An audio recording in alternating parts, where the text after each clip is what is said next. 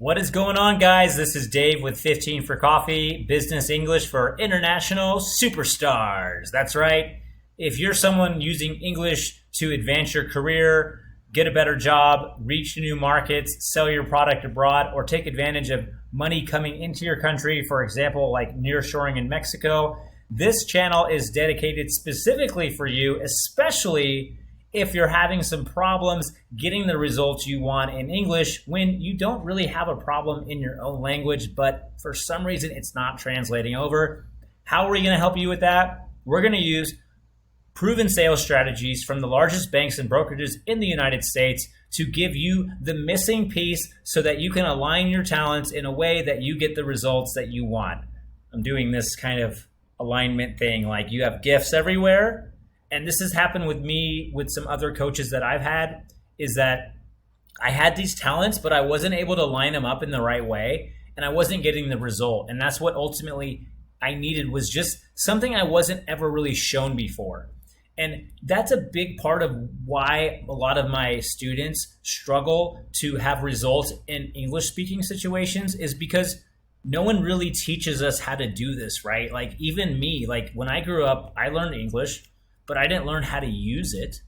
I didn't learn how to overcome an objection, right? Like, so when you, the professional, the bilingual, multilingual professional, when you have a really great gift in your own language and then you say, hey, I can also speak English, let me go ahead and try this using this for this job. Maybe it's an international bank. Maybe it's you're an SEO specialist. Maybe you have an international business, whatever it is, and you try to use your talent and add English, but somehow it doesn't work, and you kind of feel like a loser, right? Like you feel like your confidence just goes from here to here, and it's just awkward, right? And so let's talk about, I think a lot of you guys already know the opportunities out there, but I want to hit this opportunity again, is that you guys are really the top 1% of the labor force for this type of field, for this type of work. So if you're a bilingual, a multilingual professional, there's only a handful of people in your country that probably speak English. Most Spanish-speaking countries, they don't have a high number of English speakers. Where else? I think maybe in Poland, you might have a little bit more English speakers, but a lot of these countries, you are the minority. You are kind of like the diamond in the rough of just speaking, but you don't just speak English. You actually can speak English on a business level.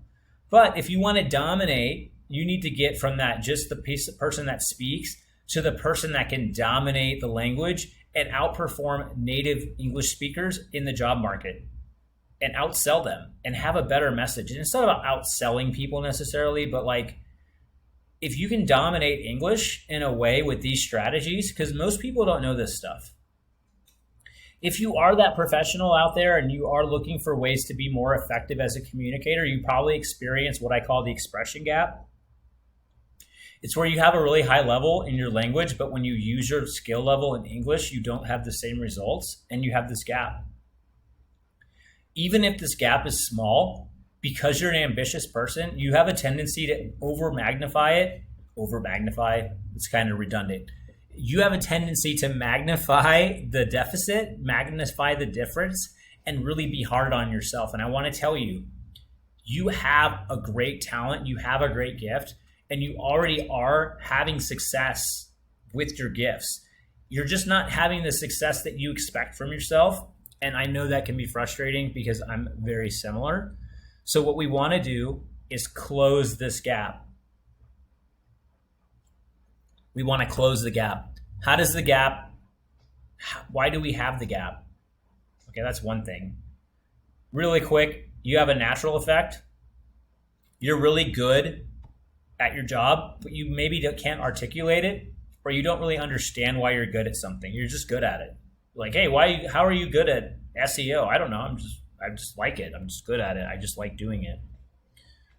Why should I hire you? I don't know. We want to answer that question, right? Why should I hire you? That's a really great interview question. Why should we hire you? Why do you want this job? If you didn't check out the interview, that was the last video. That would be video number 9. So if you haven't checked that out and you have an interview coming up, check that out. If you like this channel, go ahead and subscribe. Pardon me. If you are an international professional using English to advance your career, this channel is for you. We're going to give you every class, every video, we're going to give you a strategy at the end. Today, we're going to go over how to ask great questions. So if that's something you want to get better at, stick around to the end of the video to learn how to ask great questions. Another reason we have this gap is because we learn what I call social English. We learn it for school. We learn it at school for travel, or we learn it through traveling, and we usually use it more socially. We might watch movies, we might meet friends, we might get online, we might do certain different things. But what happens is we end up going and trying to use it in a professional situation, and it's just different, right? Like social situations are just different. There's a different pressure, you know? Going out to dinner with your friends is different than going out to dinner with your boss, especially if you are trying to get a promotion, or meeting with a friend or meeting some people for lunch in a foreign country versus meeting someone for lunch in a foreign country or for an interview, right? Maybe not for lunch, for an interview. I actually had an interview and lunch was part of the interview, and that was really challenging for me because I was eating, but I was like, should I be eating, or how do I eat and have an interview? It was just odd.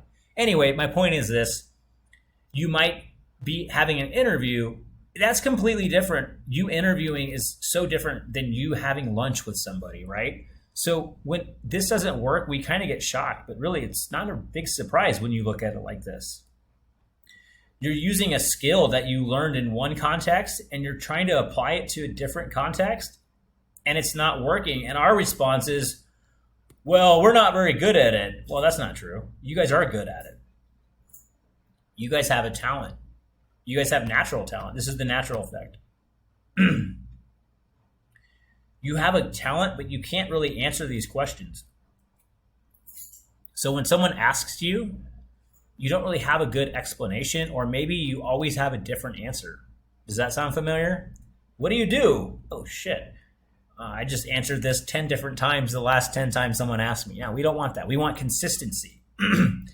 We want clarity. If you haven't seen the value proposition video, that's video number 2. That's an awesome video because you learned the value prop. So what are we going to do? How are we going to do this? How do we overcome this, right? Like, you already understand it. You're like, Dave, I already know what the problem is. Yes, I appreciate your explanation of the problem, but I already know it.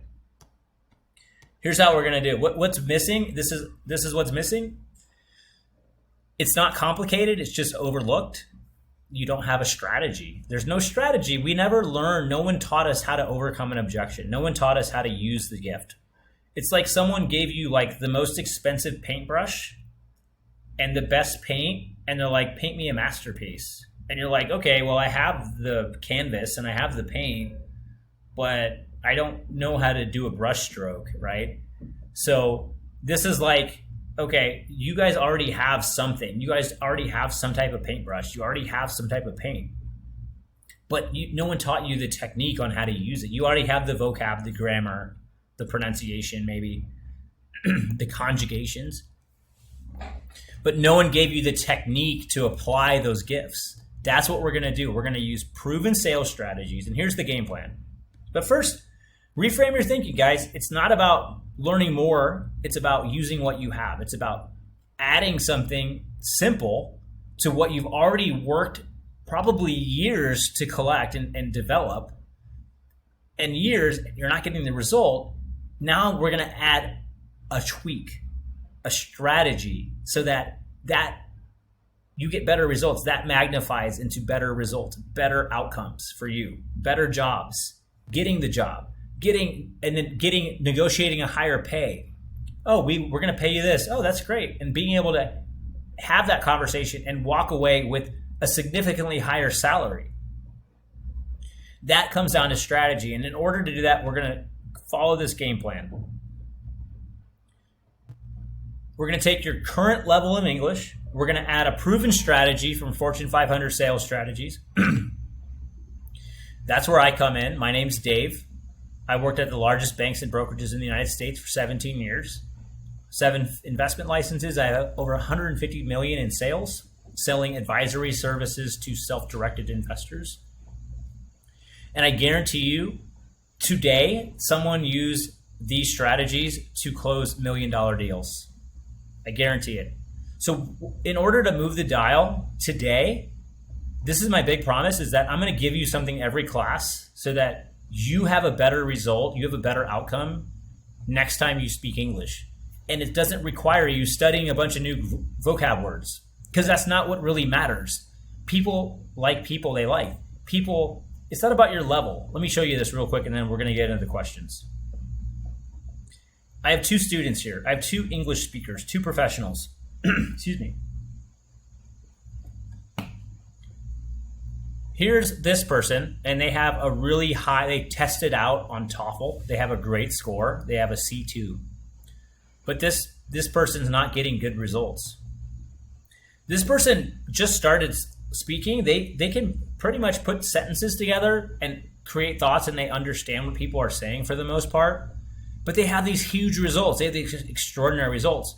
Because it's not about the quality that you have. It's about how are you using what you have? How do you apply it? I could have a superior product, but I don't communicate with the audience. I don't communicate with my market very well. I'm going to get outsold by someone that has a less quality product. Maybe it's the same price, but they have a great marketing. They understand their client. They do market research. They do events with their clients. They get direct feedback from their clients. They have a better relationship with their clients, so they have a better result. So I want you guys to remember, it's not about having the fanciest words. I would argue, I watch like a lot of articles and I'll see people write really fancy, and I'm like, you know what? I'm really glad that you used that really cool word, but you just lost 50% of your audience, because even if they know the word, it takes too long to think about it. The mental digestion is too long, and you lose your audience. So we want to have a strategy with the words, not just have the best words. We want to have a strategy. So what we want to do is take what you have. This happens in Mexico. I'm in Monterrey, by the way. Been here for 2 years teaching. And what I notice is I'll talk to someone and I'll say, and they'll say, I don't speak English very well. And I'll say, okay. And then like 20 minutes later, we're having a conversation in English. And I'm like, remember when you said you didn't speak English? Well, you're a liar. No, I'm just kidding. You're not a liar. You just don't believe in yourself. You have this view that you don't have, but you do have. You have a lot. My students from South Korea to Japan to Portugal to Spain to South America, Ecuador to Mexico to the US, they all have a good level, and they always tell me the same thing. Dave, I need more this, I need more that. And I'm like, no, you don't. You already have it. You already have it. You just use strategy. Reframe your thinking. We're going to add proven strategies that we know work, and then later on we'll get into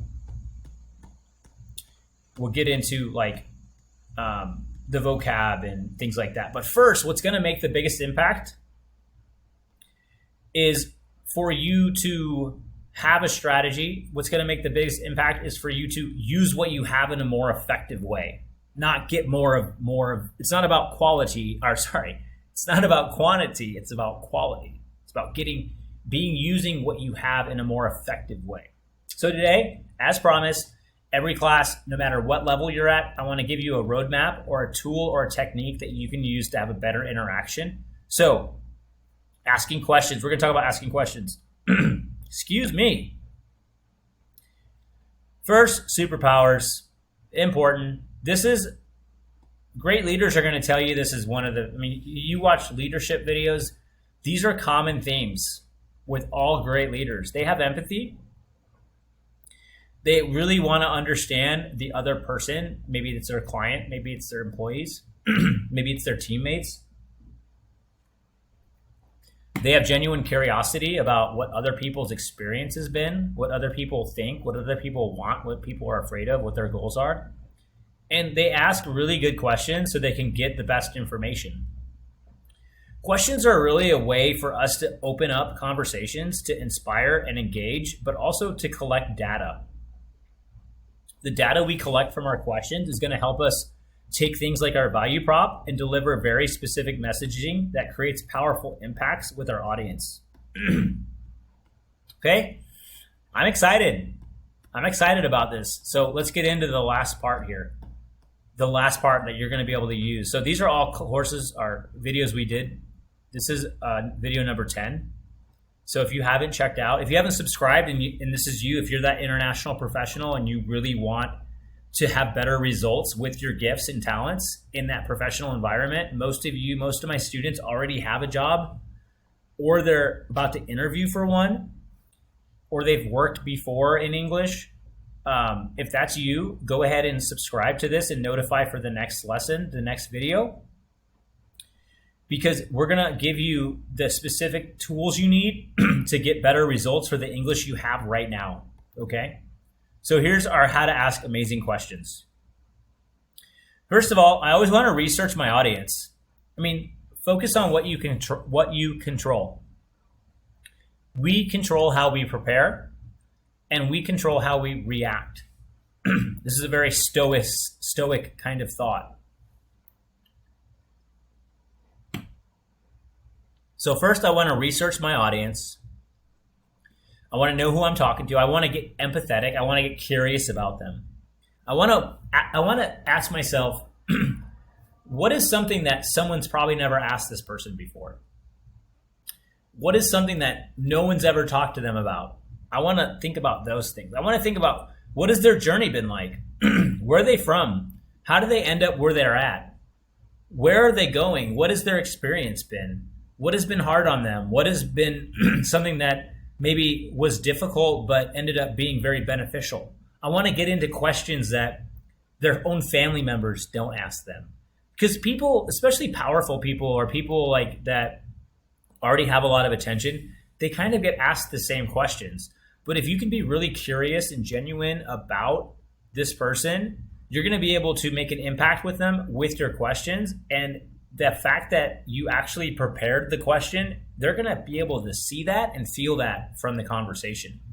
So really get empathetic and think about that person's journey. Think about their goals, right? Think about what their vision is. Think about what inspires and excites them, what challenges they face. Ask questions that most people don't ask. Ask questions that inspire them. Ask questions that help people see things in a new light or remotivate people. I like asking questions where someone goes, that's a really good question. And the reason they say that is because I put thought into it. I put curiosity. I put my empathy into learning about them. Okay? Asking about their goals, inspire, excite, challenge. I want to also, an important part of asking great questions is being able to listen. We have 2 ears and 1 mouth, so we may listen twice as much as we speak. Listen. 80-20, Pareto's theory. And I want you to apply this in this way. I want you to, when you're having an interaction with someone, I want you to speak 20% of the time and listen 80% of the time. Ask a good question. Get people motivated. Get people excited. Okay? When they're talking to you, participate, but don't try to take the spotlight, okay? Don't try to steal the spotlight and make everything about you. Add to their bucket. Think about them. Maybe say, oh, so it sounds like this happened, right? Try not to jump in too much, but let them know that you're following along and that you're engaged in the conversation, and that's going to go a long way. Because most people, it's going to make you stand apart. Most people ask a question and they tune out. They don't care what people say. If you actually care, people are going to jive. They're going to like talking to you. At the end of this, tell them thanks. Hey, thanks for sharing this information with me. I really appreciate you talking about this. And I really appreciate, I know we just met. So me asking you these questions, you're probably like, who is this guy, right? But it really meant a lot for me to learn about you and your experience and for you to share that. So thanks so much. And I guarantee you they're going to be like, no, thank you. I really enjoyed talking to you. I really hope we can connect later on. When you're ending these great question sessions, give them your takeaways. Hey, I think I learned this from you today. Wow, people love that stuff, right? People really love when they can share their gifts with other people. So great questions, guys. Ask great questions. There's a difference between open-ended questions and closed-ended. We use open-ended questions to receive information and to learn information. And we use closed-ended questions to confirm information. What got you started in your profession? Open-ended. So is that where is that the end of the line for you? Or are you going to, oh, well, that's kind of a combination. Our question is, so you like what you do? Yeah, I love it. It confirms the information. How'd you get into this? I did this and I did that and I told my story. Okay, so it sounds like you really love this job. Yeah, I love it. Oh, cool. Awesome. So anyway, long video. I don't know how, it was supposed to be short. How to ask amazing questions. Remember, your talent, your gift is special. So make sure that you remember that. And even when you're having a bad day, just stay focused on what you're doing. Focus on what you control. Get ready for this. Get ready. Ask questions. Put yourself in their shoes and find out something that no one else knows about them. If you have that kind of curiosity and that drive, you're going to make an impact with your questions and the conversations that you have. So I hope this was helpful. Again, my name's Dave. If you like the video, hit subscribe. We got another video coming out next week. If you have any questions or comments, be sure to comment below and I will give you a response, okay? I hope this helps. Go ahead and use this in your next interaction. Ask better questions. Tony Robbins says, successful people are successful because they ask better questions and therefore get better answers. So get your questions going and I will talk to you guys later.